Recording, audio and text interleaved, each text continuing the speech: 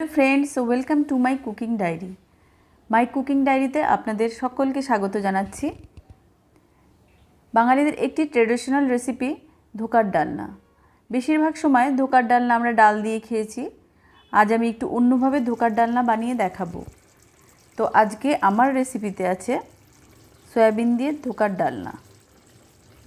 तो चलुन देखे नेওয়া যাক रेसिपिटी।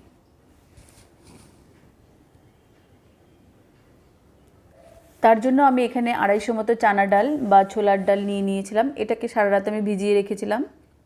और अल्प एकटु सोयाबिन नियेछि आमी एखाने। सोयाबिनटाके भालो करे धुए चिपे रेखेछि। प्रथमे आमी डालटाके पेस्ट करे नेब। तो पेस्टेर मধ্যে आमी दिए दिएछि काँचा लंका, एकटु लबण और आदा, दिए दिচ্ছি एकटु हलुद गुঁড়ো। सबकिछुके दिए एबार आमी एकटा पेस्ट तैरि करे नेब। देखुन पेस्ट आमार रेडी हये गेছে। এইবারেতে আমি সয়াবিনটাকেও পেস্ট করে নেব। সয়াবিনটাকে ভালো করে ধুয়ে রেখেছিলাম আগে, দিয়ে চিপে নিয়েছি ভালো করে। এর মধ্যে কিন্তু আমি কোনো জল এক্সট্রা অ্যাড করিনি। দেখুন সয়াবিনটাও আমার পেস্ট হয়ে গেছে। এইবারে ডাল বাটাটা আর সয়াবিন বাটাটাকে আমি একসাথে মিশিয়ে নেব। দিয়ে দিচ্ছি হালকা মতন একটু চিনি। লবণ যেহেতু আগেই দিয়ে দিয়েছি তার জন্য এখন দেওয়ার দরকার নেই। চিনি দিয়ে ভালো করে আমি এটাকে মেখে নেব। এরপরে কড়াইতে একটু তেল দিয়ে আমি দিয়ে দিচ্ছি মৌরি ফোড়ন। মৌরিটা একটু ভাজা ভাজা হয়ে গেলেই আমি এর মধ্যে দিয়ে দেব পেস্টটা, যেটাকে ভালো করে একটু ভেজে নেব আমি। হালকা আঁচে এটা আমি ভেজে নেব। একটু ভাজা হয়ে যাবে, যখন জিনিসটা মাখা মাখা হয়ে যাবে তখন কিন্তু আমার ভাজা কমপ্লিট হয়ে যাবে। ভাজা কমপ্লিট হয়ে গেলে এবার আমি একটা প্লেন ফ্ল্যাট থালার উপরে একটু অয়েল ব্রাশ করে নিচ্ছি। দিয়ে আমি এইবারেতে ওই পেস্টটাকে নামিয়ে দিলাম। একটু ঠান্ডা হয়ে গেলে সেটাকে আমি একটু কেটে নেব। এরকম বরফি সাইজের কেটে নেব। আপনারা চাইলে চৌকো সাইজেরও কেটে নিতে পারেন। এবারে এগুলোকে আমি একটু ভেজে নেব। তার জন্য আমি একটা গোলা তৈরি করব, যার জন্য আমি একটু দিয়েছি অল্প জলে একটু ময়দা গুলে ব্যাটার তো রেডি করে রেখেছি। এই ব্যাটারের মধ্যে ডুবিয়ে ধোকাগুলো ভাজলে কিন্তু ধোকাগুলো সহজে ভেঙে যাবে না। তারপরে কড়াইতে আমি দিয়ে দিলাম তেল। এবার ধোকাগুলোকে আমি ওই ব্যাটারে একটু চুবিয়ে নিয়ে এর মধ্যে একটা একটা করে ভেজে নেব। একবারে বেশি না দিয়ে 2-3টে করে ভাজলে ভালো হবে। একটু লাল করে ভেজে নেব। সব মোটামুটি আমার ভাজা হয়ে গেছে। এরপরে এর জন্য যে গ্রেভিটা আমি বানাবো তার জন্য আমি নিয়ে নিয়েছি এখানে ছোট 2 চামচ মতো নারকেল কোড়া, 1 চামচ মতো পোস্তদানা, কাজু বাদাম আর হাফ টমেটো। আর এইদিকে নিয়েছি আমি জিরে গুঁড়ো, ধনে গুঁড়ো, কাঁচা লঙ্কা আর আদা। দুটোকে আমি আলাদা আলাদাভাবে পেস্ট করে নেব। এবার কড়াইতে দিয়ে দিচ্ছি তেল। তার মধ্যে দিয়ে দিচ্ছি আমি সাদা জিরে ফোড়ন, 2টো শুকনো লঙ্কাও ফোড়ন দিয়ে নিচ্ছি।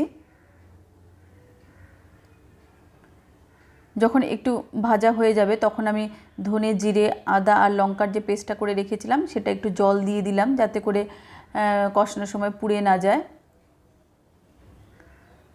দিয়ে দিচ্ছি হলুদ গুঁড়ো, স্বাদ মতো লবণ আর দিয়ে দিচ্ছি কাশ্মীরি লঙ্কার গুঁড়ো, যেটা শুধুমাত্র কালারের জন্য। দেখুন মশলাটা কিন্তু আমার আস্তে আস্তে ভাজা হয়ে যাচ্ছে। আমি একটু হালকা জল দিয়ে একটু ঢেকে দিলাম যাতে মশলাটা আরও ভালো করে কষে যায়। আর এদিকে আমি ওই টমেটো আর কাজু বাদাম নারকেলটা যে আছে সেটাকে আমি একটা পেস্ট রেডি করে নিয়েছি।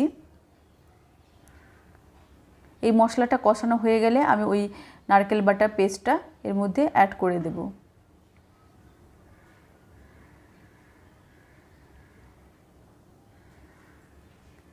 তো দেখুন মশলাটা বেশ ভালো কষানো হয়ে যাচ্ছে। কালারটাও কিন্তু ভীষণ সুন্দর এসছে। এবার ওর মধ্যে আমি জল দিয়ে দেব। জল একটু বেশি করে দেব, যাতে যার কারণে ধোকাগুলো পরে যাতে এর মধ্যে ভিজে যায়। আর ধোকাগুলো দেওয়ার পরে জলটা অনেক টেনে নেবে। তো সবগুলো ধোকা আমি এর মধ্যে দিয়ে দিলাম। ভালো করে হওয়ার জন্য আমি এটা একটু ঢেকে দেব কিছুক্ষণের জন্য। তো শুধু ডাল দিয়ে একঘেয়ে এভাবে ধোকার ডালনা না বানিয়ে ডাল আর সয়াবিনের সাথে ধোকার ডালনা বানিয়ে খেয়ে দেখবেন, একদমই অন্যরকম লাগবে খেতে। দেখুন গ্রেভিটা বেশ শুকিয়ে গেছে, বেশ ঘন হয়ে গেছে। দিয়ে দিচ্ছি তাতে আমি গরম মশলা গুঁড়ো।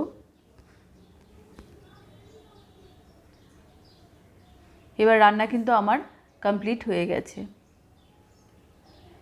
আমি এখানে ঘি অ্যাড করিনি, আপনারা 1 চামচ মতো ঘি দিয়ে দেবেন।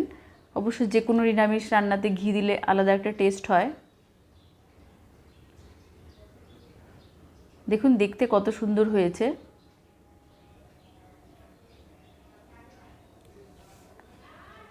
এবার এটাকে আমি একটা প্লেটে সার্ভ করছি। দেখুন দেখতে কত সুন্দর লাগছে। তো আজকের রেসিপিটি আপনাদের কেমন লাগলো প্লিজ কমেন্ট করে জানাবেন।